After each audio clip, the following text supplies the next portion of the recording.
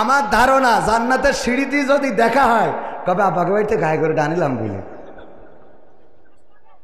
এই গায়ে গরু আর মারবে আর স্বামী যা করে ওইটার দুধ হয় না ওইটার বাছুর হয় তা মেলা দেরি করে করে পাল দিলি দাঁড়ায় না সব ঝামেলা স্বামী যা করে ওতে আছে না নাই এরকম না শুকরি করে তাহলে গেল 1 নম্বর 2 নম্বর কি 2 নম্বর হলো বেশি বেশি অভিশাপ দেয় কি সাপ দেয় দুড়া সাপ না জাত সাপ না গোখরা সাপ না কি সাপ অভিশাপ অন্য সাপ দিলে তো কামড়ায় দিলে মরে গেল আর এমন অভিশাপ দেয় যে অভিশাপের কারণে স্বামীও শেষ হয়ে যায় এক মহিলা আমারে ফোন করে বলতেছে হুজুর আপনি কি সেই হুজুর কলাম কোন হুজুর কয়ে যে মাঝে মাঝে প্রশ্ন ধরে উত্তর দেন বললাম হ্যাঁ তা বলছে হুজুর আমার স্বামী মরে গেছে আমি বললাম আমার কিছু করার নেই আমার 1 বউ 2 বাচ্চা বলছে না হুজুর বিয়ে করার জন্য ফোন দিনি ফোন দিছি একটা প্রশ্ন জানার জন্য কি তো আমার স্বামী অসুস্থ ছিল আমি প্রায়ই স্বামীরে বলতাম যে আল্লাহ তোমার মরণ করে না কেন তুমি মরো না কেন আল্লাহ তোমার নেয় না কেন এরকম বলে না কয় তোর মরা মুখ আমি দেখি না কেন তোর জানাজা হয় না কেন এত লোকের জানাজা হয় তোর হয় না কেন তো আমি আমার স্বামীকে প্রায়ই বলতাম যে মরো না কেন তোমার মরণ করে না কেন তুমি দূর হয়ে যাও না কেন তুমি কবরে তোমার মাটি দিয়ে এসে আমার একটু হাড়ে বাতাস লাগতো তো এই হাড়ে বাতাস লাগানোর জন্য আমি কতবার ওরে বলেছি এখন সে মারা যাওয়ার পরে আমি খুবই কষ্ট পাচ্ছি যে আসলে কি সে আমার এই কথার কারণে মারা গেল নাকি ওর আবুল হায়াত শেষটাই মারা গেল এটার জন্য হুজুর প্রশ্ন করেছি আপনার কাছে মানে জানার জন্য আপনার ফোন করেছি তো বললাম আমি তো অত বড় হুজুর না তো আমি এতটুকু বলতে পারি ওনার হায়াত শেষ হয়েছে না আপনার অভিশাপে মারা গেছে সেটা বলতে পারবো না দোয়া এবং বদদোয়া দুইটাই আল্লাহর কাছে কবুল হয় না দুইটাই কবুল হয় তো হায়াতও যদি ফুরাই যায় তাও যেতে পারে আবার আপনার অভিশাপেও মরতে পারে তবে এতটুকু বলতে পারি বিশ্বনবী বলেছেন নারীরা জাহান্নামে যাওয়ার কারণ 2টা তার মধ্যে 1 নম্বর হলো স্বামীর নাশুকরি করা আর 2 নম্বর হলো বেশি বেশি অভিশাপ দেয়া তো আপনি 2 নম্বর কারণটা আপনার মধ্যে বিদ্যমান তার মানে আপনি জান্নাতে যাওয়ার রাস্তা মোটামুটি অর্ধেক আগায় রাখিছেন ঠিক না বেঠিক অর্ধেক আগায় রাখিছেন এখন মা বোনেরা বুঝে নেন আজকে থেকে বাড়ি যাওয়ার পরে স্বামীদের প্রতি অকৃতজ্ঞ হবেন কিনা যাই আনুক যাই দিক যাই খাওয়াক যাই পরাক কোনো সময় অকৃতজ্ঞ হওয়া যাবে না বরং বলতে হবে তুমি যা এনেছো এটাই তো আলহামদুলিল্লাহ এর থেকে আরও খারাপ হতে পারতো ঠিক না বেঠিক বলা যায় না তুমি যে 3 পিসটা এনেছো এর থেকে আরও কম দামের আনতে পারতে তুমি তো ভালো বেশি দামের এনেছো আলহামদুলিল্লাহ এইভাবে শুকরিয়া আদায় করতে হবে আর পুরুষদেরও কিছুটা ওদের প্রতি টেক কেয়ার করতে হবে মাঝে মাঝে লিপস্টিক ভুরু পেনের এই যে কী দেয় ভুরু পেন নাকি হ্যাঁ আইলানা মাইলানা শাইলানা ফাইলানা এইগুলো সব একটু মাঝে মাঝে কিনে নিয়ে যেয়ে দিতে হবে এইগুলো স্ত্রীদের দেবেন একটু সাজাবেন নিজে মাঝে মাঝে চুলের বেনি গেঁথে দেবেন মাঝে মাঝে তার মাথাটা আশ্রয় দেবেন শাড়ির কুচিটা ধরে দেবেন তার কাপড় চুপড় পরিয়ে দেবেন পিছন থেকে যে চোখ ধরি বলবেন বলো তো আমি কে বোঝেননি হ্যাঁ এইগুলো মুরব্বীরা না করেন অন্তত যাদের ইয়াং আমাদের সভাপতি এখনো বয়স আছে আলহামদুলিল্লাহ এইগুলো করবেন এইগুলো করলে দেখবেন যে সংসারের শান্তি বাড়ছে আবার মা বোনেরাও বোঝে না বলে হুজুর আমার স্বামীর জন্য একটু দোয়া করি দেন সারাদিন ওই পরিমণি তারপরে এইসব দেখি বেড়াই সাধু দেখবে না তুই মাঝে মাঝে ছোট ছোট জামা কাপড় পরলি তো আরে ওদিক তাকায় না কথা কয় না ও লজ জ্বালাই বাসে না আরে স্বামীর কাছে আবার কি লজারে কথা কয় না হ্যাঁ একটু জোরে বলেন ঠিক যাতে শুনতে পায় হ্যাঁ মানে মাঝে মাঝে ওই পোশাকগুলো তবে এই পোশাকগুলো আবার আপনাদের কিনে দেওয়া লাগবে ওরা তো যে বাজার টানতে পারে না এইগুলো না রাস্তায় বাড়াবে কেন এইটা তো ভালোর জন্য বলতেছি এইগুলো যখন গায়ে দেবেন গায়ে দিয়াবেন তখন দেখবেন ওরা যখন গায়ে দেবে আপনাদের ভাল লাগবে আবার ওরাও সব কিছু মিলে আপনারা ওই সিরিয়াল ভাল লাগবে না ওই পরিমাণই ভাল লাগবে না ওই বুবলি তারপরে এইসব ওই রাশ্মিকা মান্দানা ফান্দানা এগুলো ভাল লাগবে না কারণ ও তো বাড়ি রয়েছে কথা কয় না জায়েজ কিছু বিশ্বনবী সাহাবীদেরকে ডেকে বললেন ওগো সাহাবীরা শুনে নাও তোমরা যখন স্ত্রীদের সাথে মিলন করো যখন তোমরা তাদের সাথে মিলিত হও আল্লাহ রাব্বুল আলামিনের ফেরেশতারা তখন তোমাদের আমল নামায় সওয়াব লিখে দেন বলেন সুবহানাল্লাহ সাহাবীরা একটু লজ্জা পেয়ে গেল লজ্জায় বলতেছে আল্লাহর রাসূল এটা কেমন একটু লজ্জা করতেছে আল্লাহ রাসূল বললেন কিসের লজ্জা আল্লাহর নবীর সাহাবীরা বললেন ওগো নবী এমন একটা বিষয়েও আমরা সওয়াব পাবো এটা কেমন কথা আল্লাহর নবী বললেন, ওগো সাহাবীরা শুনে নাও, এমন কাজ যদি নিজের বৈধ স্ত্রীর বাইরে যদি অন্য কোনো জায়গায় করতে গুনাহ হইতো কিনা? সাহাবীরা বলল, অবশ্যই গুনাহ হইতো। শুধু গুনাহ নয়, এই অপরাধের কারণে আমাদের উপরে সাঙ্গেসার ওয়াজিব হয়ে যেত। আল্লাহর নবী বললেন, তেমনিভাবে যেই কাজ করলে গুনাহ হইতো অন্য জায়গায় করলে গুনাহ হইতো, সেই কাজ বৈধ জায়গায় করলে আল্লাহ রাব্বুল আলামিন আমল নামায় সওয়াব লিখে দেন। বলেন সুবহানাল্লাহ। সুতরাং এই সওয়াবের জন্য হলো স্ত্রীর হক আদায় করার দরকার আছে না নাই? আমার যুবক যারা বিয়ে হয় নাই, শীতকাল পার হতে দেয়া যাবে না? যাবে না। যখনই ঝোঁক লাগবে তখনই বিয়ে করতে হবে। গতকাল এই আলোচনায় বলেছিলাম, আমাদের দেশের স্বাধীনতার মহান স্থপতি আমরা যাকে বলি বঙ্গবন্ধু শেখ মুজিবুর রহমান। শেখ মুজিব আমার পিতা, বইটা লিখেছে শেখ হাসিনা। বইটা আমার বাড়িতে এখনো আছে, ইসলামিক ফাউন্ডেশন। এই বই আবার লাইব্রেরিতে দিয়েছিল, ইসলামিক ফাউন্ডেশন থেকে মসজিদের লাইব্রেরিতে দেওয়া হয়েছিল। মসজিদ থেকে এনে পড়লাম, পড়ার পরে দেখলাম সেখানে শেখ হাসিনা স্মৃতিচারণ করতে যেয়ে যেটা লিখেছে, স্বাধীনতার মহান স্থপতি বঙ্গবন্ধু শেখ মুজিবুর রহমান বিয়ে করেছিল 10 বছর বয়সে। কয় বছর বয়সে? তো আমাদের পিতা যদি 10 বছর বয়সে বিয়ে করে, আমরা ছেলেরা কেন 18 বছর পর্যন্ত অপেক্ষা করব? কথা কয় না? হ্যাঁ, যুবকরা বলছে ঠিক, হুজুর মনের কথা কইছে। কথা কি মনে থাকবে? বিয়ে শাদী অবশ্যই যখনই প্রয়োজন, জীবনের প্রয়োজনে, যৌবনের প্রয়োজনে, ইমানের হেফাজতে, অন্যায় থেকে বেঁচে থাকার জন্য বিয়ে করবেন। 1 2 3 4 যদি ইনসাফ করতে না পারেন তাহলে একে সন্তুষ্ট থাকতে হবে। কথা কার? আমার কথা নাই। আল্লাহ বললেন 2 3 4। অথবা যদি তোমরা ইনসাফ করতে ব্যর্থ হও, যদি তোমাদের মনে ভয় থাকে যে তোমরা ইনসাফ করতে পারবা না, তবে একজনে সন্তুষ্ট থাকো। ওগো আমার ভাইয়েরা, এই দেশে বিধবার সংখ্যা বেড়ে গেছে। সুতরাং এখন থেকে একজন নয়, আন্দোলন হবে 2 3-এর বেশি ছাড়া কোনো কথা নয়। হ্যাঁ, ইনসাফ করতে হবে। 2টা বিয়ে করা এটা খারাপ কাজ না, 3টা বিয়ে করা এটা খারাপ কাজ না, 4টা বিয়ে করা, 5টা না, 4টা বিয়ে করা এটা খারাপ কাজ। আবার মা বোনেরা, আমি বুঝি না ওদের, আল্লাহ যেহেতু বিধান দিয়েছে, আল্লাহ বিধান না দিলে আমাদের আপত্তি ছিল না। আল্লাহ যেহেতু বিধান দিয়েছে মানে নিতে তো অসুবিধা নাই। মা বোনেরা যদি বাড়ি আর একটা বউ আসে, আমার আশরাফ ভাই যশোরে থাকে, কোথায় থাকে জানেন কিনা আপনারা? যশোরে। আর বাগডাঙ্গায় যদি আর একটা বউ থাকে, অসুবিধা কোন জায়গায়? উনি ওখানে দায়িত্ব পালন করলো, ইনি এখানে থাকলো। যখন বাড়ি আসলো উনারও আসা লাগলো না কষ্ট করে, ইনারও যাওয়া লাগলো না কষ্ট করে। এর মধ্যে একজনের উপকার হলো, কিছু বাচ্চা কাচ্চা দুনিয়ায় আসলো, তারাও ভালো কিছু ভালো বাবার পরিচয় পেল। সংসারে মোটামুটি অভাব তো নেই, আছে তো। এটা কি খারাপ কিছু? এইটা মাইনতে অসুবিধা খুঁজে, আমি তো এটা বুঝলাম না। আমিও জ্বালায় আছি। আমার বললে যে তুমি যেদিন 2টা বিয়ে করবা ওই দিন হয় বাড়ি ছেড়ে দেবো না আত্মহত্যা করবে। এ জ্বালার তো শেষ নেই। কি জ্বালা কম তো। এখন যে পরিমাণ টাকা ইনকাম করছি, এর আমি নিজে খেয়ে শেষ করতে পারবো? আমার বউ খেয়ে শেষ করতে পারবে? এক রাতি 50-60 হাজার টাকা আমি কনে কি করবে? এগুলো তো ইউটিউবাররা, এটার জন্য আমার বউ না দেখে, তাহলে বলে বাড়ি ঢুকতে দিবার না। জ্বালা তো শেষ নেই। জ্বালা জ্বালা সব জায়গায় জ্বালা আছে না নাই? জ্বালার শেষ নাই। যাই হোক ভাইয়েরা আমার, 2টা বিয়ে করায় জ্বালার তো শেষ নাই। এক মুরব্বী, ও শুনেছে মসজিদে যদি জুম্মার দিন আগে যায় তাইলে সে একটা কবুল হজের সোয়াব পাবে। তো ও চিন্তা করছে, আমি যেহেতু গরিব মানুষ, হজে তো যাইতে পারবো না, জুম্মার দিন একটু আগে যাবো। যে দেখে আর এক মুরব্বী বসা, তো বাড়ি চলে এসেছে যে পরের সপ্তাহে নামাজ পড়ে বাড়ি এসেছে, পরের সপ্তাহে একটু আগে যাব। পরের সপ্তাহে আবার গেছে, যে দেখে তাও সেই মুরব্বী বসা।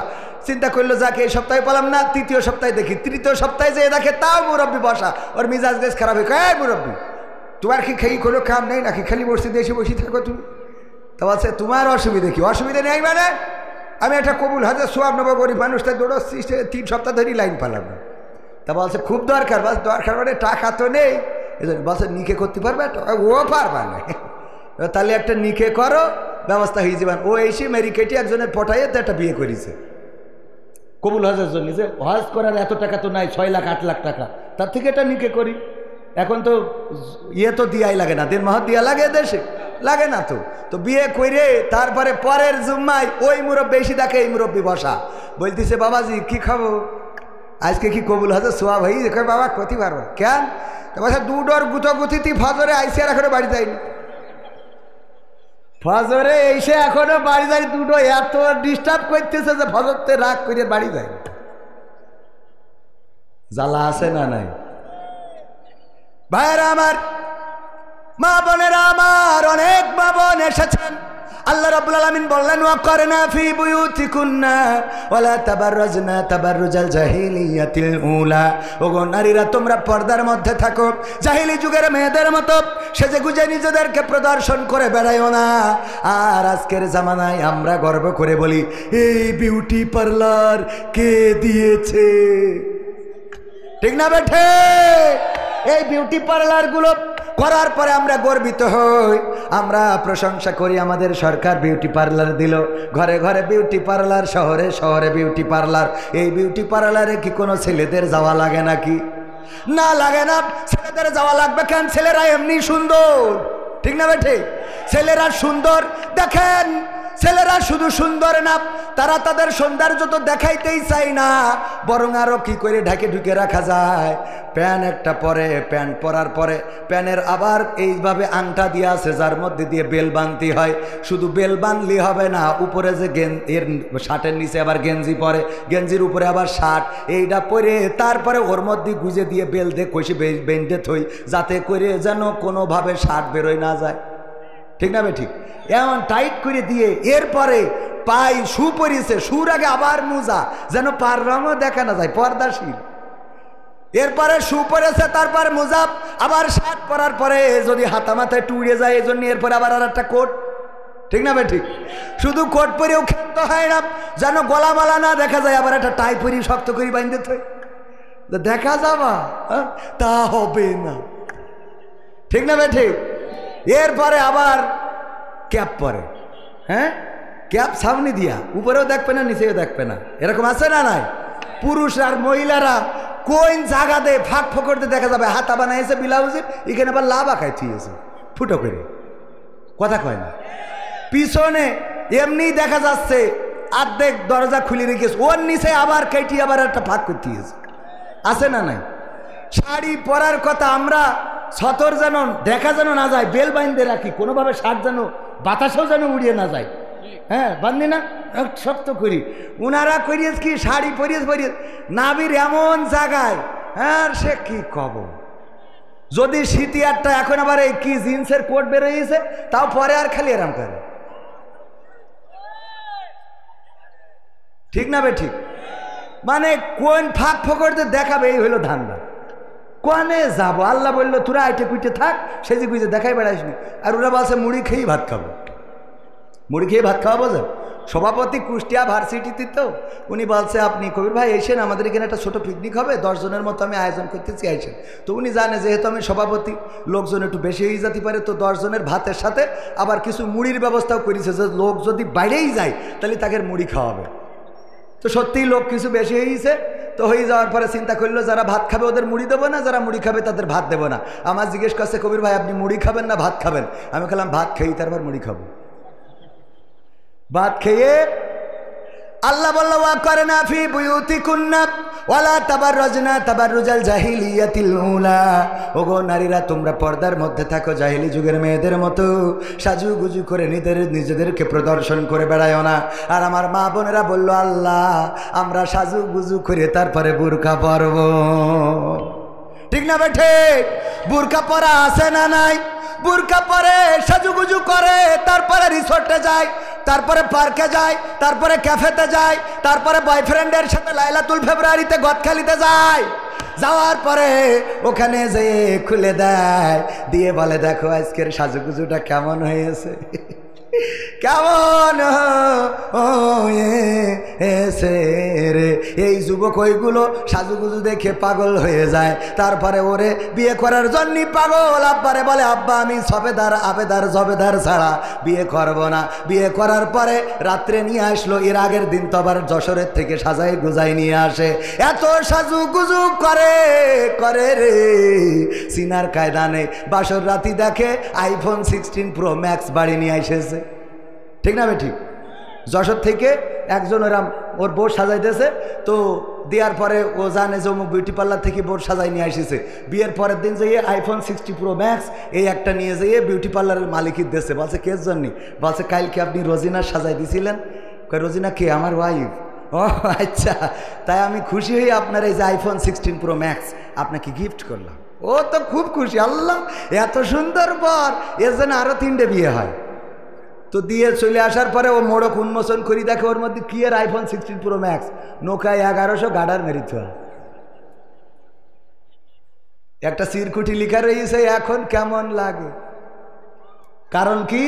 কারণ তুই কাল যেটারে সাজাই দিছিলি ওর তো বাসরাতি দেখলাম আইফোন 16 প্রো ম্যাক্স, গোসল একটা মারার পরে তো দেখছি যে নোকিয়া 1100 গাডার দিয়া। কথা কি বোঝা গেছে? এরপরে গান গাই, আমি পারি না আর পারি না, আমি কেন মরি না, আজরাইল কি চিনে না আমার গো, আমি পারি না আর পারি না, হয়তো 2 দিন পরে মরব, আগে মরলে কি ক্ষতি, ওরে এই দুনিয়ার রং তামাশা বুঝলাম না রে একরতি, ও আমার ঘরের রমণী সে যে কাল নাগিনী, ঘরের রমণী ও যে কাল নাগিনী, বিউটি পার্লার আমারে বাজাইছে 12টায়, আমি পারি না আর পারি না। ঠিক না বেঠে? আমি পারি না আর পারি না, আমি কেন মরি না, আজরাইল কি? এটা পুরুষরা গাইছে, মহিলারা গাইলে এই গানটা উল্টা গাইতো। কি গাইতো জানেন? বলবো, আমি পারি না আর পারি না, আমার স্বামী কেন মরে না, আজরাইল কি চিনে না আমার স্বামী রে গো, আমি পারি না আর পারি না, আমি পারি না আর পারি না, আমার স্বামী কেন মরে না। ওকে ঋষে বললো যে তুই মরি দূরে, আমি কয়দিন একটু হাড়ে বাতাস লাগাবো। আছে না নাই? কত পরকিয়া, স্বামী থাকে বিদেশে, পরকিয়া প্রেমে মত্ত হয়ে গেছে, অন্যায় অপরাধের পথ বেছে নিয়েছে, নিজের স্বামীর সাথে ভালো করে কথা বলে না, অথচ পর পুরুষের সাথে বলটু ভাই কেমন আছো, কতদিন হলো তুমি খোঁজ খবর নাও না, আরে বাবা কি মজা। আর স্বামী যখন ফোন দেয়, এই এত কল করতে হয় কেন, তোমার কাজ নাই বিদেশে যে খালি বোর কাছে বারবার ফোন দাও, এত ফোন দিতে হয় কিসের জন্য, এত ফোন দিবা না, খালি টাকা পাঠাবা, বাগার পাড়াতে তুলে বাজার করে নিয়ে চলে আসবে। আবার যেই বলতো হ্যাঁ বলতো ভাই চুলের এই কুত্তা কাটিং কোথা থেকে দিয়েছে, হ্যাঁ আপনার গাঞ্জা খাওয়া দাঁতগুলো খুব ভালো লাগে, ওর গাঞ্জা খুব পছন্দ। আছে না নাই? আবার মা বোনেরা বলছে হুজুর শুধু কি আমরা খারাপ না, পুরুষদের মধ্যে এমন আছে না নাই, নিজের স্ত্রীর সাথে ভালো করে কথা বলে না, নিজের স্ত্রীর হক আদায় করে না, অথচ ভাবি ও ভাবি ভাবি কে, হ্যাঁ আমি মাকসেদ, ও মাকসেদ ভাই আপনি তো খোঁজই নেন না, ভাবি আসছিলাম 1 গ্লাস পানি, কি বলছেন পানি কেন, আমি শরবত করে এনে দিচ্ছি একটু খাবেন, শরবত বানাইছে, লেবু টিপে দেছে, তিতে হয়েছে, লবণ দেছে, তিতে আর এ মিলে শরবত তো দূরের কথা, ও তো কোনো বোধই হয়নি, বোঝেননি, ওই শরবত খায় আর বলে মাকসেদ ভাই কেমন হয়েছে, আরে ভাবি আপনার হাতে সব এ যে কি নাইস মনে আছে, হাউজে কাউসারের পানি খাচ্ছে, শয়তান কোথায়। আর বউ রান্না করে দেয়, ওর মধ্যে কোনোভাবে একটু লবণ যদি বেশি হয়ে যায়, এই তোর রাত্রি কয়েকটি নাই, এই রাত্রি কয়েকটি না, একটু যদি লবণ বেশি হয়ে যায় মিজাজ খারাপ হয়ে যায়, আছে না নাই? লবণ যদি একটু বেশি হয়ে যায় বলবেন স্ত্রী তুমি এত সুন্দর রান্না করো, আল্লাহ তোমার রান্না খাওয়ার পরে আমি মনে হয় যে হরিণের গোশত খাচ্ছি, তবে লবণটা একটুখানি কমাই দিলে যে আরো কি টেস্ট হইতো, আলহামদুলিল্লাহ। এই বলা যাবে না এইভাবে, এইগুলো বলবেন, এইগুলো না বলে খালি শুধু ধমকের, এই দেখো তোর যদি আমি তালাক না দিছি আমার নাম কবির বিন সামার, দেখেন তালাক দিয়া খুব বাহাদুরি কাজ নাকি, এবার তালাক দিয়ে বলে হয়েছে বাচ্চা দুটো হয়ে গেছে বলে ফেলেছি, একটু খাতা পৃষ্ঠা খুলে দেখেন দিন লাস্টে 3 পাতায় কোনো লাইন আছে কিনা, মানে সব তো পড়া শেষ, লাস্টে 3 পাতায় একটা লাইন পাওয়া যায় কিনা। আমি একজনে বললাম যে আপনি কোন মাযহাবের, তো বলছে হানাফি মাযহাবের, আমি বললাম হানাফি মাযহাব হইলে তালাক দিয়েছেন শেষ, তা বলছে কোন মাঝাবে এটা নেওয়া যাবে? তো আমি বললাম শাফি মাঝাবে। বলছে তাহলে আমি শাফি মাঝাবে। শয়তান সহ্য না করি পারে, বলছে যে একবারে দিয়ে ফেলেছি। এখন আমি বললাম কোন মাঝাব? আমি বললাম বলছে শাফি মাঝাব, হানাফি মাঝাব। বললাম হানাফি মাঝাব যদি মানেন, হানাফি মাঝাবের ফতোয়া হলো যদি একবারে কেউ 3 তালাক দেয় ওটা তালাক করার কোনো সমাধান নেই। তা বলছে তাহলে কোন মাঝাবে আছে? তা বললাম ইমাম মালিক, ইমাম শাফি বলেছে রাহিমাহুল্লাহ যে যদি কেউ একসাথে 3 তালাক দেয় তাহলে ওটা 1 তালাক হিসাবে গণ্য হবে, কারণ এটা রাসূল সাল্লাল্লাহু আলাইহি ওয়াসাল্লামের পলিসির মধ্যে পড়ে না। তাছাড়া উনি বোঝাতে চেয়েছেন যে যখন মানুষ রাগ করে তালাক দেয় তখন তার ব্রেন ঠিক থাকে না, সুতরাং তালাকের বিধানটা প্রতি মাসে একটা করে দেবে, এটাই বিধান, তাই 1 তালাক হিসেবে গণ্য হবে। তা বলছে আমি আজকে তো তাহলে শাফি মাযহাবের লোক, তার মানে ওর বউ নিতেই হবে। ওর কোনো ফতোয়া মানতে রাজি। ওগো আমার ভাইরা, ওগো আমার কলিজার টুকরারা, আমার পর্দার অন্তরালে মা বোনেরা, আমরা আইন মানব কার? আল্লাহ রাব্বুল আলামিন আমাদের যা আইন দিয়েছেন, প্রথমেই বলেছি আমরা মাথা নত করব আল্লাহর কাছে। আমরা যারা আল্লাহর কাছে মাথা নত করি, যারা বলেছি ইন্না সলাতি ওয়া নুসুকি ওয়া মাহইয়ায়া ওয়া মামাতি লিল্লাহি রাব্বিল আলামিন, নিশ্চয় আমাদের সালাত, আমাদের কুরবানি, আমাদের হায়াত, আমাদের মওত সব কিছু বিশ্ব প্রতিপালক আল্লাহর জন্য। আল্লাহর জন্য যদি আমরা আমাদেরকে সঁপে দিয়ে থাকি, তাহলে বিপদে আপদে মুসিবতে ডাকবো কাকে? প্রশংসা করব কার? আমরা প্রশংসা আনন্দের সময় প্রশংসা করব আল্লাহর, আর বিপদের সময় আল্লাহর কাছে সাহায্য চাইব। আল্লাহ সাহায্য দাও, আল্লাহ তুমি সাহায্য করো, আল্লাহ তুমি রহম করো। আমার আল্লাহ এমন আল্লাহ, যারা আল্লাহকে ডাকে তারা কখনো প্রতারিত হয় না, যারা আল্লাহকে ডাকে তারা কখনো হেরে যায় না, যারা আল্লাহকে ডাকে তারা ধ্বংস হয় না, যারা আল্লাহকে ডাকে তাদের পরাজয় থাকে না, যারা আল্লাহকে ডাকে দুনিয়ার পরে আল্লাহ তাদের পাশে থাকে এবং পরকালেও আছে না নাই? আল্লাহর কাছে যারা নিজেদেরকে নিবেদিত করে দিয়েছে তাদের অবস্থা হলো এমন। আমার সভাপতি সাহেব কুষ্টিয়া ইসলামিক ইউনিভার্সিটির শ্রদ্ধাভাজন শিক্ষক জনাব ডক্টর মোহাম্মদ জালালউদ্দিন সাহেব, জালালউদ্দিন সাহেব গরু পালন করে, গরু পুষেছে। এই গরু মাঠের মধ্যে রেখে এসেছে, এসে মাহফিলে চলে এসেছে। বিকাল বেলায় যাইতে রাত হয়ে গেছে, গরু ফিরিয়ে আনবে খেয়াল নাই। গরু যখন মাঠের মধ্যে একটা বন থেকে বাঘ বের হয়ে গরুরে দৌড়ানি দিয়েছে, ধরার জন্য পিছু নিয়েছে। গরু দৌড়ায়, বাঘও দৌড়ায়।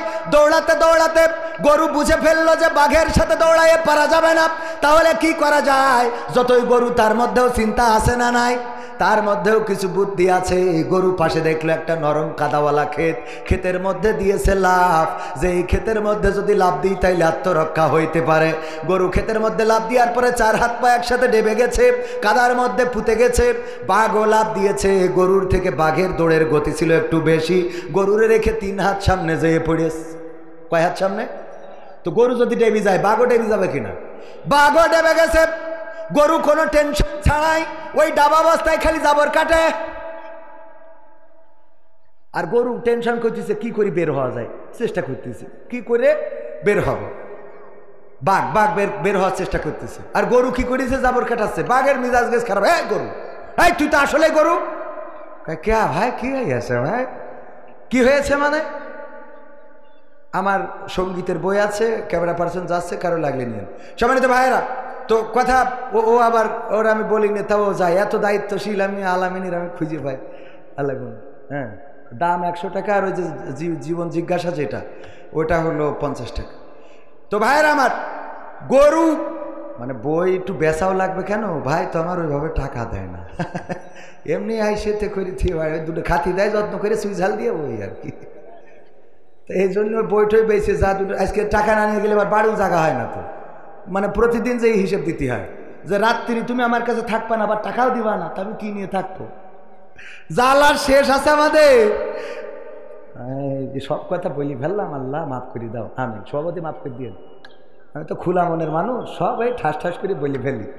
যাই হোক ভাইয়েরা আমার, গরু কোনো টেনশন ছাড়া জাবর কাটাচ্ছে, আর বাঘ টেনশন করতেছে যে কি করে বের হওয়া যায়। বাঘ এক ফাঁকে বলেই বেলাই গরু, তুই তো আসলেই গরু। কেন ভাই কি হয়েছে? কি হয়েছে মানে? এই কাদার মধ্যে লাফ দিলি কেন? তোরে যদি আমি ধরতাম তাহলে তোরে খেয়ে আমি বেঁচে থাকতাম, তুই মারা যাতিস, কথা ঠিক। আবার তুই যদি পালাই যাতিস তাহলে তুইও বেঁচে যাতিস, আমিও বেঁচে যেতাম। কিন্তু এমন একটা কাজ করেছিস যে তুইও মরবি, আমিও মরবো, বাঁচার কোনো রাস্তা নেই। তা কয় তাতে কি? কয় তাতে কি মানে? এই গরু এর তাও কিছু হওয়ার দরকার নেই, কিন্তু এই বিপদের মধ্যে তুই জাবর কাটাইস তো টেনশন নেই কেন, তোর কোনো চিন্তা নেই কেন? বলছে আমার তো চিন্তা হওয়ার কথা না, কারণ কি আমি তোমারে বুঝাই।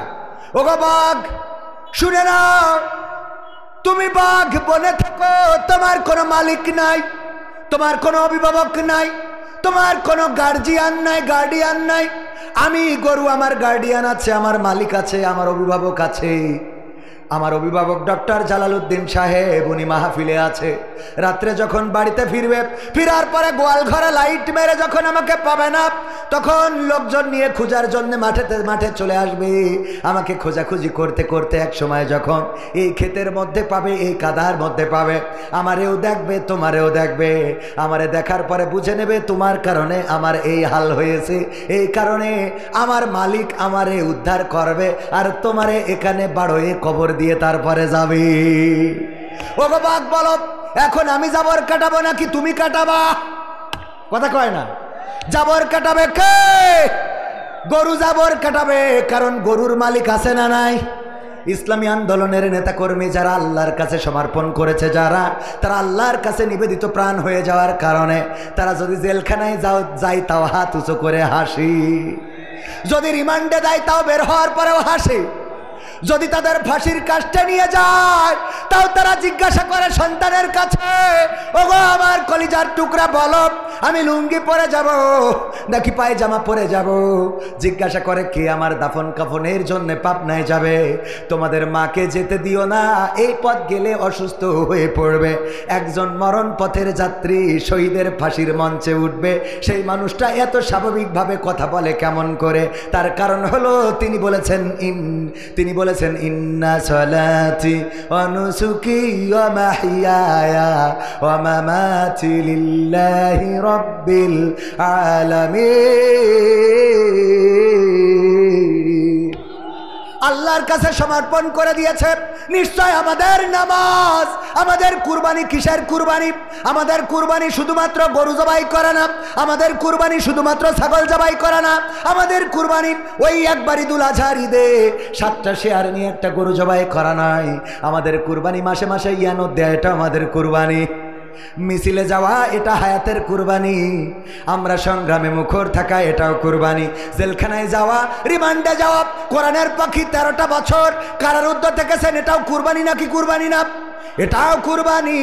আল্লাহ রাব্বুল আলামিনের কাছে আমরা বলেছি, ওগো আল্লাহ নিশ্চয় আমাদের সালাত, আমাদের কুরবানি, আমাদের জীবন, আমাদের মরণ সব আপনার জন্যে, সব বিশ্ব প্রতিপালকের জন্যে। সুতরাং যারা আমাদেরকে মারতে চাও, যারা আমাদেরকে পিটাতে চাও, যারা আমাদেরকে কারাগারে রাখতে চাও, যারা আমাদেরকে হত্যা করতে চাও, যারা আমাদেরকে দেশ ছাড়া করতে চাও, তোমাদের বলতে চাই যেই জীবন আল্লাহর কাছে বিক্রয় করে দিয়েছি, প্রথমে যে আয়াতটা পড়েছিলাম মনে আছে না নাই? আল্লাহ বললেন ইন্নাল্লাহা আশতারা মিনাল মুমিনিনা আনফুসাহুম ওয়া আমওয়ালাহুম বিআন্না লাহুমুল জান্নাহ। আমার আল্লাহ বললেন, ওগো আমার বান্দারা শুনে নাও, তোমরা যখন তোমাদের মাল, তোমাদের জান আমার রাস্তায় দিয়ে দিয়েছো, আমি তখনই তোমাদের কাছে আমার জান্নাতটা বিক্রয় করে দিয়েছি। বলেন সুবহানাল্লাহ। জান্নাতের চেয়ে উত্তম আর কোন গৃহ কি আছে? জান্নাতের চেয়ে উত্তম আর কোন আবাস কি আছে? জান্নাতের চেয়ে উত্তম আর কোন ঘর নাই, আর কোনো কিছুই নাই। ওগো আমার ভাইয়েরা, আমার ভাইজানেরা, আমার মা বোনেরা, দুনিয়ার এই জীবন জিন্দেগির বিনিময়ে যদি আল্লাহ ক্ষমা করে দেন, আর যদি বলেন যাও আমার বান্দা, তোমার জাহান্নামটা দিলাম না, জান্নাতটা করে দিলাম, ওই জান্নাতে একটা ছোট্ট ঘর দিলেই এর থেকে বড় প্রাপ্তি আর আছে নাকি? আছে? সেই জান্নাতের জন্য আমাদের দৌড়ানোর দরকার আছে না নাই? দৌড়াতে রাজি কারা কারা? হাত দেখতে চাই। নারায়ে তাকবীর, লিল্লাহি তাকবীর। আল কোরআনের আলো, আল হাদিসের আলো, আমার নেতা তোমার নেতা। যদি আল্লাহর কাছে নিজেদেরকে সমর্পণ, অনেক জায়গায় আমাদের জানমাল দিতে বলেছেন। ইয়া আইয়ুহাল্লাযীনা আমানু হাল আদুল্লুকুম আলা তিজারাতিন তুনজিকুম মিন আযাবিন আলীম। ওগো ঈমানদারেরা, আমি কি তোমাদের এমন একটা ব্যবসার সন্ধান দিয়ে দেব যেই ব্যবসা করলে কঠিন জাহান্নামের আযাব থেকে বেঁচে যাবে? জাহান্নামের আযাব থেকে বেঁচে যাওয়া মানে জান্নাতে যাওয়া, ঠিক না ঠিক? জাহান্নামের আযাব থেকে বাঁচা মানে কোথায় যাওয়া? জান্নাতে যাওয়া। আল্লাহ রাব্বুল আলামিন বললেন এমন একটা ব্যবসার সন্ধান দি যেই ব্যবসা করলে তোমরা জান্নাত পেয়ে যাবে। সেই ব্যবসাটা হলো তুমিনুনা বিল্লাহি ওয়া রাসূলিহি ওয়া তুজাহিদুনা ফি সাবিলিল্লাহি বিআমওয়ালিকুম ওয়া আনফুসিকুম যালিকুম খায়রুল লাকুম ইন কুনতুম তা'লামুন। আমার আল্লাহ বললেন আর সেই ব্যবসাটা শোনো। সেই ব্যবসাটা কি? আমি আল্লাহর প্রতি ঈমান আনতে হবে, এমন ঈমান যে ঈমান ছিল ইব্রাহিমের, আগুনে ফেলে দেবে। আগুন তৈরি করা হয়ে গেল। তারপরে ফেরেশতারা এসে বলল ও ইব্রাহিম তোমার জন্য আগুন তৈরি করেছে, এই আগুনের মধ্যে ফেলে দেওয়া হবে। আমরা ফেরেশতারা এসেছি হেফাজত করার জন্য, যদি অনুমতি দাও সহযোগিতা করতে চাই। ইব্রাহিম বললেন তোমাদেরকে কি আল্লাহ পাঠিয়েছে নাকি? বলল আল্লাহ পাঠাই নাই, আল্লাহর কাছ থেকে অনুমতি নিয়েছি। সেটা কিভাবে? আল্লাহকে বললাম ওগো আল্লাহ তোমার খলিল জাহান্নামের আগুনে জ্বলবে, এটা কি হতে পারে? যদি অনুমতি দাও তাইলে সহযোগিতা করতে চাই। আল্লাহ বললেন যেতে পারো, তবে আমার ইব্রাহিমের কাছে আগে বলবা যে ওগো ইব্রাহিম আমরা সহযোগিতা করতে চাই, যদি অনুমতি দেয় তাহলে সহযোগিতা করবা, যদি অনুমতি না দেয় তাইলে ফিরে আসবা। ইব্রাহিম আলাইহিস সালাম বললেন ওগো ফেরেশতারা তাইলে তোমরা ফিরে যাও, তাইলে তোমরা ফিরে যাও। কেন ফিরে যাব? ওগো ফেরেশতারা শুনে নাও, আমি যে আল্লাহর প্রতি ঈমান এনেছি সেই আল্লাহ বোবা নন, সেই আল্লাহ বধির নন, সেই আল্লাহ পঙ্গু নন, সেই আল্লাহ অক্ষম নন, সেই আল্লাহ এমন আল্লাহ তোমরা আমার অবস্থা যা জানো তার থেকে আমার আল্লাহ আরো বেশি ভালো জানে। সুবহানাল্লাহ। তোমাদের থেকে আমার আল্লাহ আরো ভালো জানেন। সুতরাং তিনি যদি চান তাহলে হেফাজত করবেন, আর তিনি যদি না চান তাহলে তার জন্য আগুনে পুড়তে আপত্তি নাই। আল্লাহ রাব্বুল আলামিন সুন্দর করে আগুনকে বলে দিলেন ইয়া নারু কুনি বারদাও ওয়া সালামান আলা ইব্রাহিম। ওগো আগুন তুমি আমার ইব্রাহিমের জন্য ঠান্ডা আরামদায়ক হয়ে যাও। আল্লাহ রাব্বুল আলামিনের হুকুম যখন আগুন পেয়ে গেল, আগুন ঠান্ডা আরামদায়ক হয়ে গেল, আগুনের মধ্যে ফুল বাগান সিংহাসন হয়ে গেল। আর নমরুদ ডেকে বলল এই ডিজিএফআই এখানে আসো, এই এনএসআই এখানে আসো, এই র্যাব এখানে আসো, এই র্যাব প্রধান, বিমান বাহিনী প্রধান, সেনাবাহিনী প্রধান, স্থল বাহিনী প্রধান, আকাশ বাহিনী প্রধান, হেলিকপ্টার প্রধান, সব আসো। এসে বলল 16 বছর ধরে তোমাদের খাওয়াইয়ে করলাম কি? কথা কয় না? 16 বছর ধরে তোমাদের খাওয়াইলাম পড়াইলাম, সব বললাম সাফা সাফা করে ফেলো, তা পারো না কেন? তাইলে তোমাদের মধ্যে এত আমি তেল খরচ কেন করলাম, এত ডিজেল, এত গাছ, এত কাঠ, এত কিছু কেন পুড়ালাম? আমার লাভটা কি? এই 16 বছর পরে এসে যদি বাচ্চাদের কাছে আমার চেয়ার ছেড়ে দিতে হয় তাইলে লাভটা কি? কথা বোঝেননি? একদম মিলাই নেন, সব জায়গায় যদি না মেলে আমার কাছ থেকে বুঝে নেবে। এমপিরা সব কোথায় গেল? মন্ত্রীরা সব কোথায় গেল? কোথায় কাদের কাকা? তাদের ছাড়া দেশটা এখন লাগে ফাঁকা ফাঁকা। পালাবো না, পালাবো না, প্রয়োজন হলে ফখরুলের বাসায় গিয়ে উঠবো। ঠাকুরগাঁওয়ে বাসা আছে না, জায়গা দেবে? পালাবে না, পালাবে না, যাই না তবু দেখা। পালাবে না, পালাবে না, যাই না তবু দেখা। তাদের ছাড়া দেশটা এখন লাগে ফাঁকা ফাঁকা, ওদের ছাড়া দেশটা এখন লাগে ফাঁকা ফাঁকা। আইন মন্ত্রী আটকে গেল আইনেরই ফাঁকে, দাড়ি ছাড়া দরবেশের ভণ্ড ভণ্ড লাগে। ঠিক না বেঠে? আইন মন্ত্রী আটকে গেল আইনেরই ফাঁকে, দাড়ি ছাড়া দরবেশের ভণ্ড ভণ্ড লাগে। শুনছি কত নেতা নেত্রী খাইতেছে ভাই ডান্ডা, বিচারপতি কালামানিকের ফাটিয়েছে আন্ডা। পলকের ঝলক গেল, পলকের ঝলক গেল থামিয়ে নেটের চাকা। তাদের ছাড়া দেশটা এখন লাগে ফাঁকা ফাঁকা, ওদের ছাড়া দেশটা এখন লাগে ফাঁকা ফাঁকা। কই গেল সেই সংসদেতে মমতাজের গান? কোথায় গেল হযরত বলা স্বামী মুসলমান? ঠিক না ঠিক? কই গেল সেই সংসদেতে মমতাজের গান, কোথায় গেল হজরত বালা শামীম ওসমান, ইনু মেনন দীপু মনি আছে কারাগারে, বাপ করিলেও পাপ কখনো ছাড়ে কি আর তারে। কোথায় গেল স্পিকারের, কোথায় গেল স্পিকারের দৃষ্টি আঁকা বাঁকা, তাদের সারা দেশটা এখন লাগে ফাঁকা ফাঁকা, ওদের সারা দেশটা এখন লাগে ফাঁকা ফাঁকা। কোথায় গেল আরাফাত আর ব্যারিস্টার সুমন, কথা বলার সময় তারা করে নিয়োজন।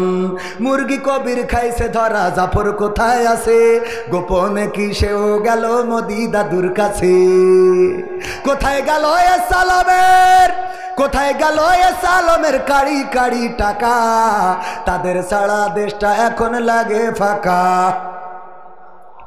লাগে না লাগে না, আগে টেলিভিশন খুললে কেমন করে কুমড়া দিয়ে বেগুনি বানানো যায় এটা শিখতে পারতাম, কেমন করে কাঁচামরিচ শুকিয়ে রেখে বর্ষাকালে ভিজাইলে আবার জেতা হয়ে যায় সেটা জানতে পারতাম।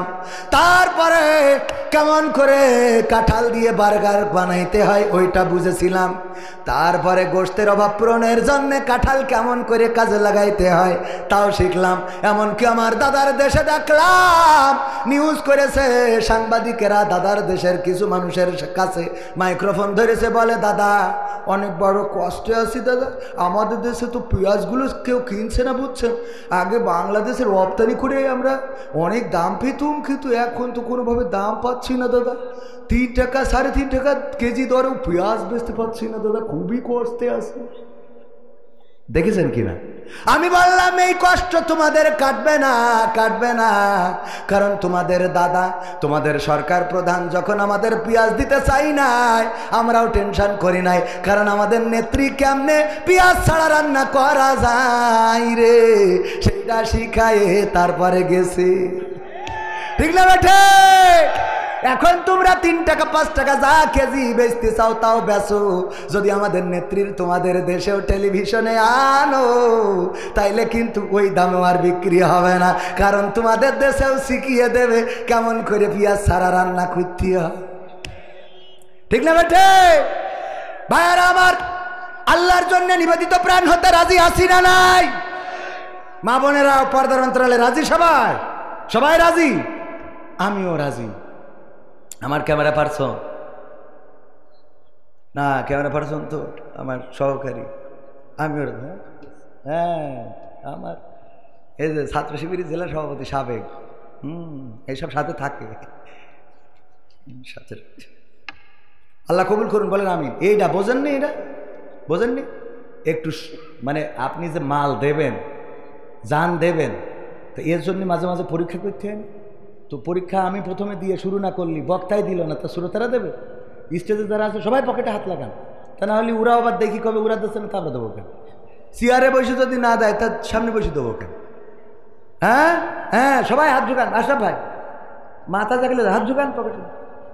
হ্যাঁ হ্যাঁ, এত ফোন ধরলেও হাসছে না, এ হুজুর সে হুজুর না, যদি পরে দেখায় আবার কালেকশন করবে, রাস্তায় দাঁড়া করে কালেকশন করবে, একবার খালি দাওয়াত দেওয়া দরকার, 12 মাস কালেকশন করে দেবে,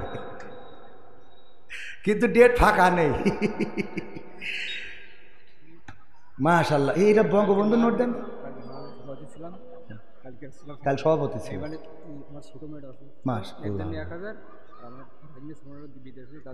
মাশাআল্লাহ, দেখো দিন এরকম আপনাদের তো খোঁজ দিচ্ছেন। নারায়ে তাকবীর। গতকালকের সভাপতি ছিলেন জনাব আলহাজ মোহাম্মদ আফসার উদ্দিন সাহেব, ওনার মেয়ে অসুস্থ, 1000 টাকা দিয়েছেন অসুস্থতা থেকে, আল্লাহ যেন শেফায়া জেলা কামেলা দান করে দেয়। আর ভাগ্নে থাকে বিদেশে, বিদেশ থেকে 2000 টাকার 2 কান বঙ্গবন্ধুর ক্যারকে নোট দান করলো। আল্লাহ দানকে কবুল করে নাও, নেখায়াত দিয়ে দাও, মনের স্বপ্ন পুরা করে দাও, আপনজনদের কবুল করে নাও। ওগো আল্লাহ, তুমি দয়া করে যে অসুস্থ আছে সুস্থতা দান করে দাও। আমি 500 টাকা দিলাম, আল্লাহ তুমি আমার বোর হায়াত বাড়াই দাও, আমার যা হয় হোক। আপনি 500, আপনি 500 দিলে হয়, আর 500 দেন। কি করেন আপনি? মাহফিল পরিচালনা করেন, 500 দিলে হয়?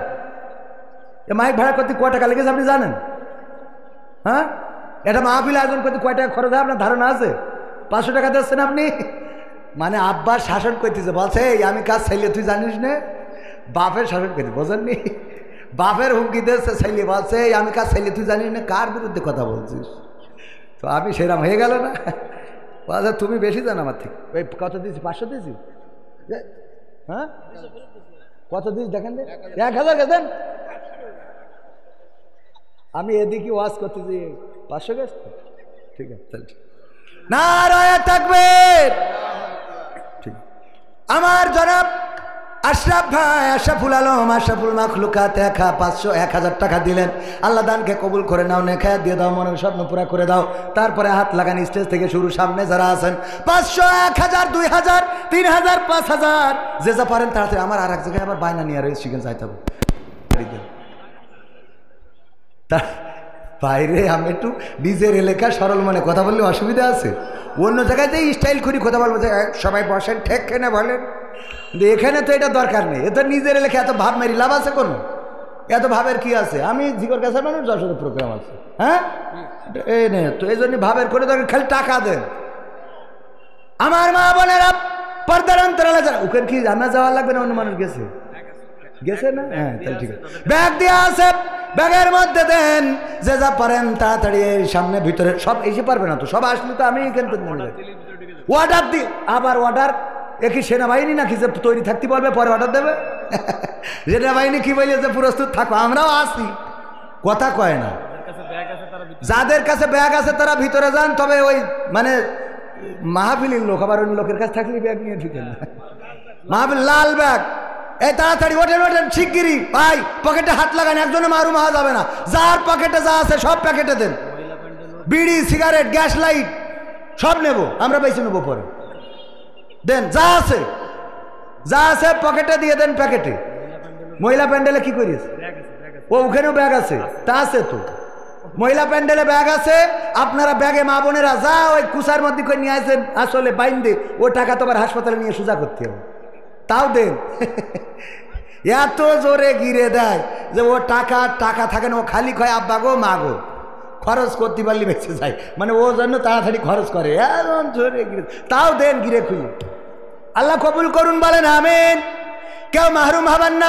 দাঁড়ানো ভাইয়েরা, আমার যুবকেরা, আজকালকের ছেলেরা বই নিয়ে আর বসে না, ও বাবা গুগলে সার্চ করিয়া পড়ি।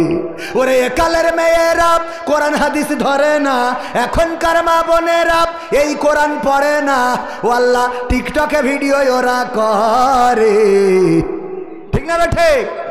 এমন মেয়ে বাগার পড়াই নাই।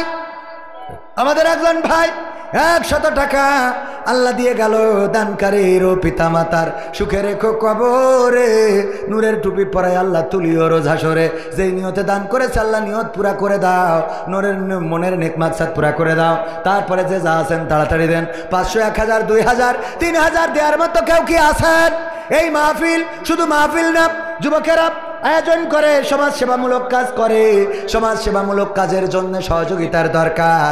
1 বছরের মাহফিল নিয়ে ইফতার বিতরণ করে, শীত বস্ত্র বিতরণ করে, বিপদে পড়লে তাদের পাশে যায়, অসুস্থ মানুষের সেবা করে।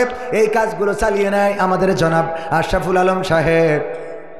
হ্যাঁ, মুজিমার মার্কা নোট কিডা?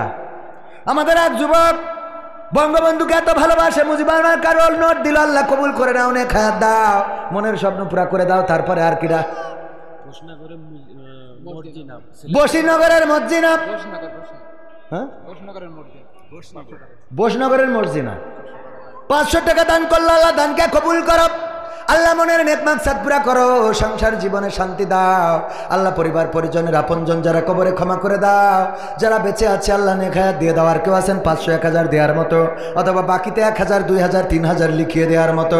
এই ভালো কাজের সাথে সম্পৃক্ত থাকার দরকার আছে না নাই? 2000 টাকা, 3000, 5000 টাকা পরবর্তীতে দেবেন এমন কেউ কি আছেন? আছেন কেউ? আগামী 5 তারিখে চক্ষু শিবির রয়েছে। চোখের রোগ যাদের আছে তাদের চোখ দেখানো হবে। আপনারা এখানে আসবেন, সহযোগিতায় আপনাদের সহযোগিতা করা হবে। ইসলামী সমাজ কল্যাণ সমিতি বাগারপাড়া যশোর তারা আয়োজন করছে, তাদের পাশে দাঁড়ানোর দরকার আছে না নাই? তাড়াতাড়ি তাড়াতাড়ি 500, 1000, 2000 বড় নোট দেওয়ার মতো কেউ নেই? 2000, 3000, 5000, হ্যাঁ বাকিতে পরে দিয়ে দেবেন। 2000 টাকা দেওয়ার মতো ভিতর থেকে কোনো মানুষ হাত উঁচু করে, আমি মুসাফির মানুষ, দোয়া করে দেবো। আমার দোয়া কবুল না হোক, সভাপতি আছে, ডক্টর মানুষ, আশরাফ ভাই আছে অধ্যাপক মানুষ, আর প্রধান বক্তা ডক্টর আমাদের শাহেক জামাল উদ্দিন আছে সাবেক সভাপতি, সব ভালো মানুষ, খালি আমি এখানে খারাপ একমাত্র। ওকে দোয়াই তো আল্লাহ কবুল করতে পারে, বলেন আলহামদুলিল্লাহ। আমি তো উনাদের দোয়া নিয়ে সামনে দেখি আগে যাচ্ছি, বুঝলেন? দোয়া কবুল করার মালিককে আমার ভাইজান দোয়া করেন আমার জন্যে, কষ্ট করেন, আমাকে ভালোবাসেন। এমন অনেক ভালোবাসার মানুষ আছে যাদের দোয়ার বরকতে আল্লাহ কিছু বলান। আজকে বিশেষ বক্তা আরও এক জায়গায় বায়না নিয়ে বলে বেশি কথা বলতে পারলাম না, আগামীতে যদি আবুল হায়াতে বেশি থাকি আবার এসে বলবো, শুনবেন আপনারা? ভাইয়ের মাহফিল মানে প্রতি বছর আসাই লাগবে, কোনো উপায় নেই তো, টাকাও দেবে না, কিছু না, আসতেই হবে। একটা দিন মায়ের খাওয়া আর এক জায়গায় বায়না নিয়ে কোনো রকম কভার করি। তাড়াতাড়ি একটু দেন, 2000 দেওয়ার মতো। আচ্ছা 1000 করে অন্তত 5টা মানুষ বলেন দিন, 1000 করে টাকা দেবেন এই যুব সমাজে, এই সমাজ কল্যাণ সমিতির 1000 করে 5 জন মানুষ বাগারপাড়ায় নেই। এই যে দেখেন নগদ দিতে ভাইজান, নাম কি শুনে? দুরুদ আলী, ও নূর আলী, নারায়ে তাকবীর। আমার নূর আলী ভাই বিদেশ যাবে। আবার বিদেশ যাবেন কেন? দেশে তো মেরিকেটি খাতি পারতেন। আল্লাহ কবুল করব। নূর আলী ভাই বিদেশ যাবে, আল্লাহ তুমি মুসিবত মুক্ত রেখে নিয়ে যেও, আয় রুজিতে বারাকা দান করে দিও, পরিবারকে হেফাজত করো, যাতায়াতের পথটা সহজ করে দাও, বলেন আমিন। পাইকগাছার নূর আলী, পাইকগাছায় আমার দাওয়াত আসতো, মাহফিলে যাব। নূর ইসলাম পাইকগাছার, আর আগে দেশের নূর কি জানো, আগে দেশের নূর আলী, নূর আলী আর এটা নূর ইসলাম, নূরের সাথে মিল আছে, নুরি নুরি মিল আছে। আল্লাহ দানকে কবুল করে নাও, মনের নেক মাকসাদ পুরা করে দাও। 5 জন চাইলাম, 2 জন নগদ দিল, আর 3 জন অন্তত নগদ না দেন, বাকিতে দেন 5 জন 1000 করে। দেখি একটু হাত উঁচু করা যাবে না? শুনুন, মাত্র 3 জন। আমি জানি বাগারপাড়ারা মাহরুম করবেন, এটা আমি মনে করি। কিডাপ জহুরন রাধানগর বাড়ি, অসুস্থ মানুষ, আল্লাহ 500 টাকা দিল সুস্থতার জন্য, দানকে কবুল করে নাও, নেখায়াত দাও, আল্লাহ শারীরিক সুস্থতা দান করে দাও, শেফায়ে আজলা কামেলা দান করে দাও, বলেন আমিন। তারপরে 3 জন দেবেন না? 3 জন পাওয়া যাবে না, বাকিতে অন্তত নেই। আমি তো যে জায়গায় হাত বাড়াই আল্লাহ একটা বরকত ঢেলে দেয়, মানে আমার তো হ্যাঁ, প্রবাসীরা অনেক টাকা দিচ্ছে, তাদের জন্য দোয়া করবেন। আর একটা গান আছে না, প্রবাসীদেরও গান, ওই শাহেক জামাল উদ্দিন শোনাবেন ভাইজান, তা ওই করেন, আমি টাকা তুলি, ওটা গান আর একজন শুনবেন, তা 3000 টাকা শুনে বাবা রে, অন্তত 3000 টাকা একটু দেন দেখে। গান তো গাইছি বাবা, 3000 টাকা দেওয়ার মতো আল্লাহর ওলি নেই এখানে। 1000 করে 3 জন, আমি বিশ্বাস করি যে আপনারা দেবেন, আমি মারুম হয়ে যাবো। আরেক জায়গায় যাই আমার ক্ষতি হবেন, চাইছি তা দিন, এটা তো ঠিক না। 3000 টাকা 3 জন মানুষ, মাত্র 1000 করে। খাতায় একজনেরও নাম লিখতে পারি না, অন্তত খাতায় একটা নাম লিখে তো কলম নিয়ে বসে রয়েছে, এটা ফেরত দেবো আমরা। 1000 টাকা হবে না? সত্যি সত্যি দেবেন না? এটা গতবার এসে কিরানা 30,000 টাকা দিয়েছিল একবার, তো ওর থেকে এর থেকে তো আওয়ামী লীগ ভালো ছিল। আওয়ামী লীগের নেতা 30,000 টাকা দিয়েছে গতবার ডাইরেক্ট, আর এখানে এত নেতা বিএনপি আর জামাতে 3000 টাকা দিতে, তোগের ক্ষমতায় যাইতে হবে কেন? হ্যাঁ, এ কি সহ্য না করি পারা যায়? হ্যাঁ, সে মারা হোক তা তো দেশে, এই জন্য তো কুমাই দিলাম, মারা টাকা 30,000, তোকে পারা টাকা 1000 দে। এই 3 জন বিএনপির লোকও নেই, তাহলে আওয়ামী লীগের লোক 3 জন দাঁড়াও দিন, কেউ মারবে না, আমি আসি, দায়িত্ব নিলাম। আওয়ামী লীগের লোক 3 জন দাও, আমি নৌকার পক্ষে ভোট করে দিয়ে দেবো আজকে, তাও 3000 টাকা না নিয়ে যাবে না, সিয়াস ছাড়বো না, তাতে ক্ষমতা থাকে থাক, না থাকে যাক। 3000 টাকা দাঁড়ান দিন, কোন আল্লাহর বান্দা আছেন। আজ একজনের সাক্ষাৎকার নিলাম, বলছে তুমি কোন দল করো? তা বলছে আমি হইলো ধানের শেষ করি। আমি বলছি এ দলের নেত্রী কিনা? তা বলছে শেখ হাসিনা। ও ধানের শেষ করে, শেখ হাসিনা নেত্রী। ওই যে একজন বোঝা গেল, যাক আলহামদুলিল্লাহ। নাম কি শুনে? ওবায়দুল কাদের, আনসার আলী। নারায়ে তাকবীর। আনসার আলী নাম ঠিকানা জানেন কি না? ঘোষনগর। আল্লাহ আনসার আলী আমলিক করেন তো ভাই, যা করেন করেন, জামাত করেন, আমলিক করেন, অসুবিধা নেই। যে দল করেন আল্লাহ সেই দলে ভালো রাখুক, বলেন আমিন। 1000 টাকা দিল, দানকে কবুল করে নাও, নেখায়াত দিয়ে দাও। আর 2 জন বাকি, আমি 2 জন না পাবো তো সিয়া ছাড়বো। আর দুইজন দেখি কোন আল্লাহর বান্দা এইসো শোনা নাম বলতে হবে না আমলিকির পক্ষ করতে থাক নাম বলে আর মারতে পারে না রয়ে থাকবে নাম বলেন আমার একজন ভাই 1000 টাকা দিলেন আল্লাহ দানকে কবুল করে নাও যুবক মানুষ মনের নেক মাকসাদ পুরা করে দাও নিসার আলী সব ঘোষনগরের লোক আনসারের ভাই আরিফ ভাই না রয়ে থাকবে আমার আনসার ভাই আরিফ ভাইয়ের ভাই আনসার ভাই 1000 টাকা তাইলে দুইজন হলো আল্লাহ দানকে কবুল করে নে খায়াত দাও রাধানগরের একজন মা 500 টাকা দিয়েছে কবুল করে নাও ছেলের জন্য দোয়া চেয়েছে আর একজন বাকি 3 জন নগদ দিয়া তো আমি খাতায় 3 জন চাইছি আর 2 জন বাকি না আর একজন বাকি আর একজন তাড়াতাড়ি করুন সেতুর মা সেতুর জন্য দোয়া করতে হবে ও আল্লাহ সেতুর মা 500 টাকা দিল সেতুর জন্য দোয়া চাইলো আল্লাহ দানকে কবুল করো সেতুর সুস্থতা দান করো আর একজন আমি জানি আমি মারুম হবো না জীবনে চাইছি মারুম আনসারের ভাই বিল্লাল আছে বলে দিন ঘোষনগরের আনসারের ভাই বিল্লাল ভাই বিল্লাল ভাই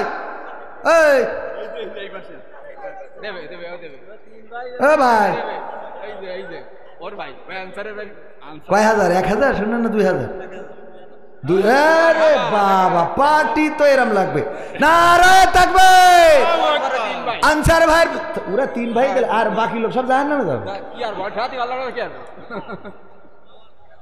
ওগের বাইরে অন্তত একজন না মান সম্মান থাকলো কিছু আমার আনসার ভাই বিল্লাল ভাই 1000 টাকা মায়ের জন্য দোয়া চেয়েছে আল্লাহ তুমি দয়া করে কবুল করে নাও মা বেঁচে আছে নাকি ইন্তেকাল করেছে আল্লাহ কবরটারে জান্নাতের বাগান বানাও ও আল্লাহ জান্নাতের সিঁড়িতে সাক্ষাৎ করাই দিও বলেন আমি তাইলে বাইরের লোক একজনদের বাইরের লোক বাগডাঙ্গা হ্যাঁ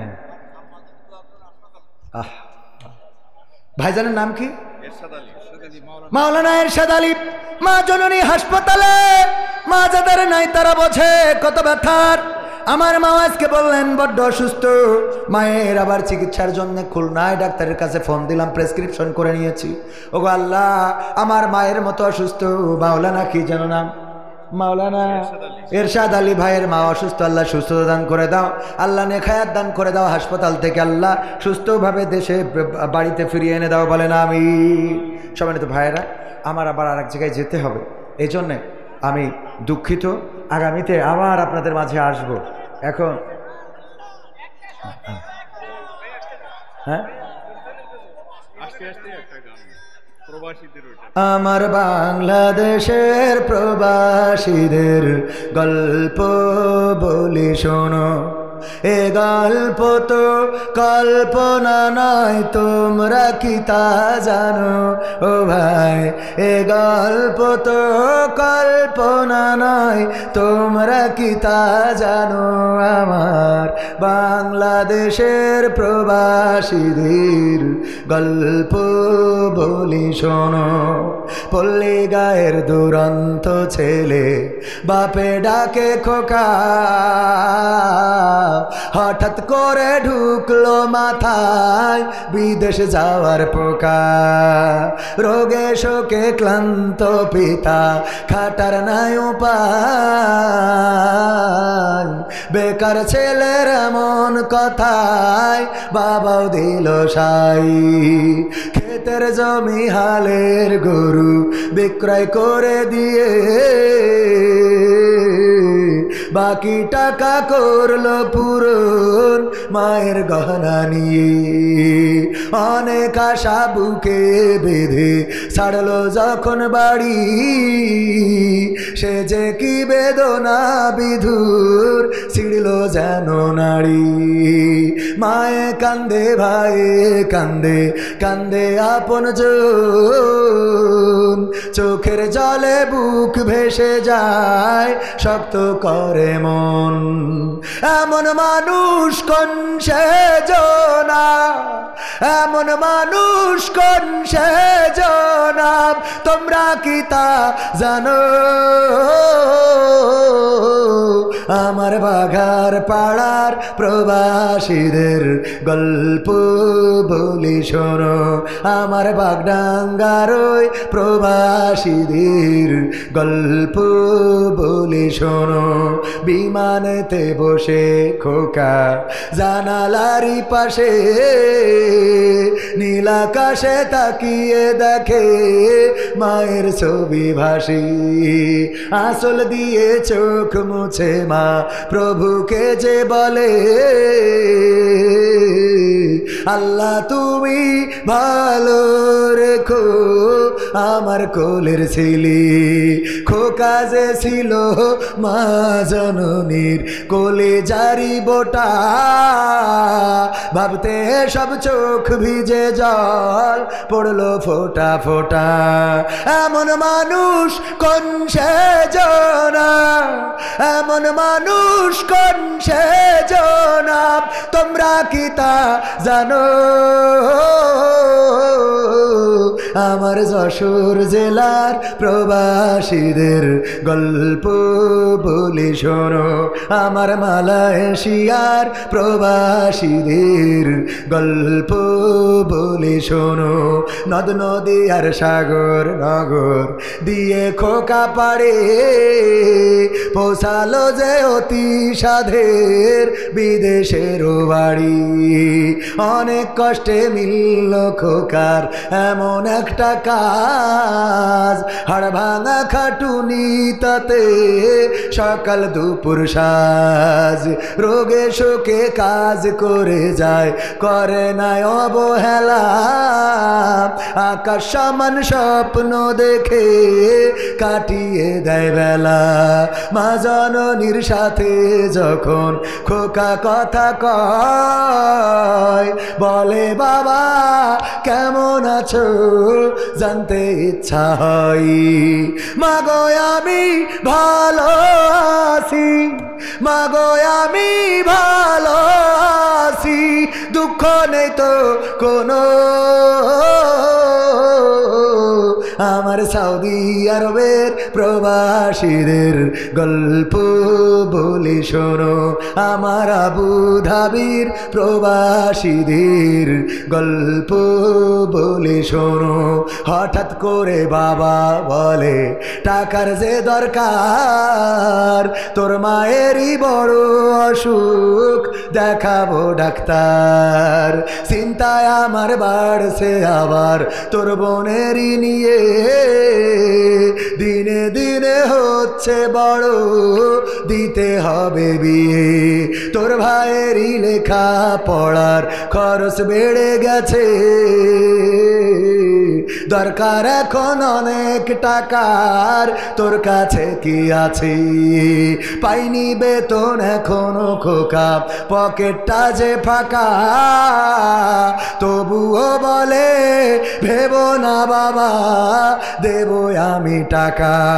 এমন মানুষ কোন সে জনাব, এমন মানুষ কোন সে জনাব, তোমরা কি তা জানো? আমার বাঘার পাড়ার প্রবাসীদের গল্প বলে শোনো, আমার বাগডাঙ্গার ওই প্রবাসীদের গল্প বলে শোনো। দিন মাস গুনে খোকা এখন পৌঁছালো বছরে, করতে হয় কাজ এখন যে তার 10 তলার উপরে। হঠাৎ করে কি হতে কি যেন হয়ে গেল, 10 তলারই উপর থেকে খোকা পড়ে গেল।